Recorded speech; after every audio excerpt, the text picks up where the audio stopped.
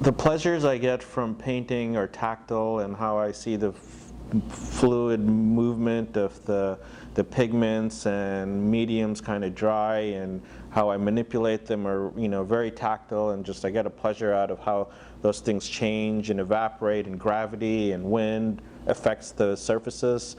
And funny enough, when I shoot video and I'm manipulating the video as well as sound and the images that come out of it, I've formed a way of working with the software where I really get amazing inspiration, and I feel alive when I'm tweaking things digitally also. It's kind of the same way I do things, but I do it in a digital form, so there's not much of a separation.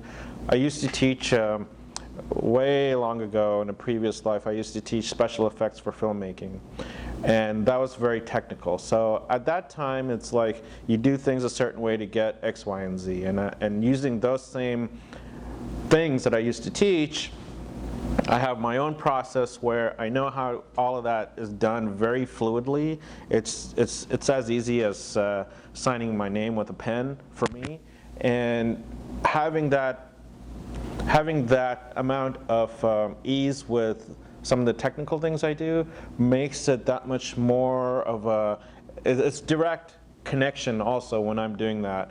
Granted, the final files, they take a while to render and all that other stuff, but when I'm actually making things and things are happening both in software as well as out there in the world where we're shooting things, I kind of visualize it in a way where, how is this what I'm experiencing, how can I best encapsulate it on a little frame and bring the essence of that back to the experience of someone who's going to be in my installation or view the work later on. That's the first thing I'm thinking about.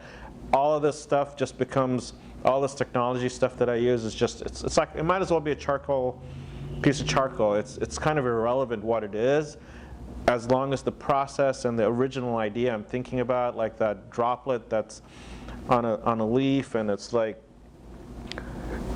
scattering light, and you see the entire world in that.